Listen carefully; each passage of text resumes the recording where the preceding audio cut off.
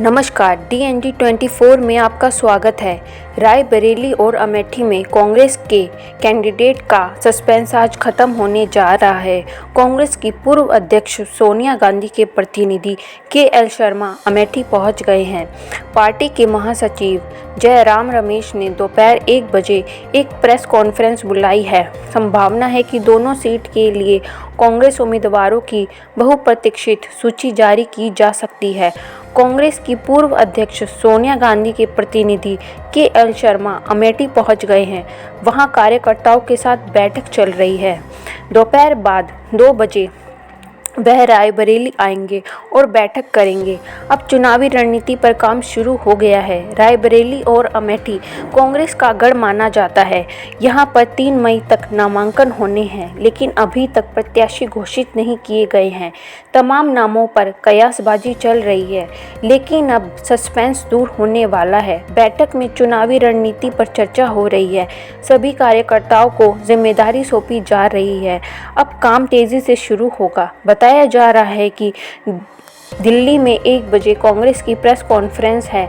इसमें दोनों सीटों के प्रत्याशी घोषित किए जाएंगे। संभावना है कि दोनों सीटों में से एक में गुरुवार को नामांकन होगा। सूत्रों के अनुसार कयास लगाए जा रहे हैं कि राहुल गांधी कल 1 बजे अमेठी से पर्चा भर रहे हैं। अगर राहुल गांधी अमेठी से लड़ते हैं तो क्या स्मृति को अपना सामान बांधना पड़ेगा? सोनिया ने आज राहुल और प्रियंका दोनों को चुनाव लड़ने को कहा है और कहा, अगर आप नहीं लड़ते हैं तो ये तो बीजेपी को तोहफे के जैसा होगा।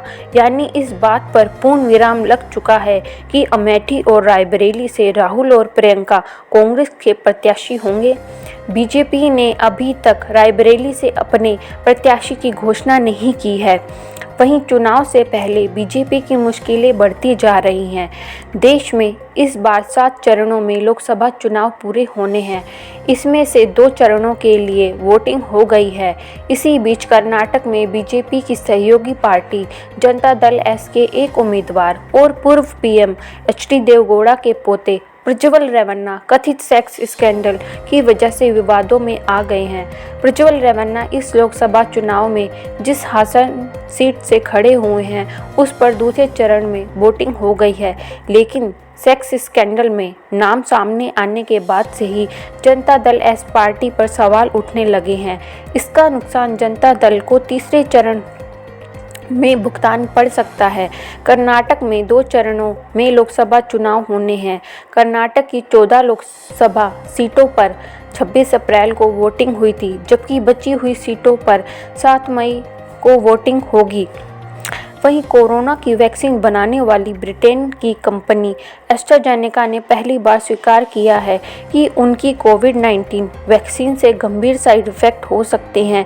इससे खून के थक्के बन सकते हैं और प्लेटलेट काउंट कम हो जाता है और हार्ट अटैक का कारण भी बन सकता है। इस खबर के सामने आते ही सोशल मीडिया पर विपक्ष ने मोदी सरकार को घेरना शुरू कर दिया है। चुनाव से पहले एक मामला ये जहां वैक्सीन पर एक्सपोज होते मोदी जी और दूसरा कर्नाटक का मामला। क्या इन दोनों मामलों का असर बीजेपी पर तीसरे फेज पर पड़ेगा?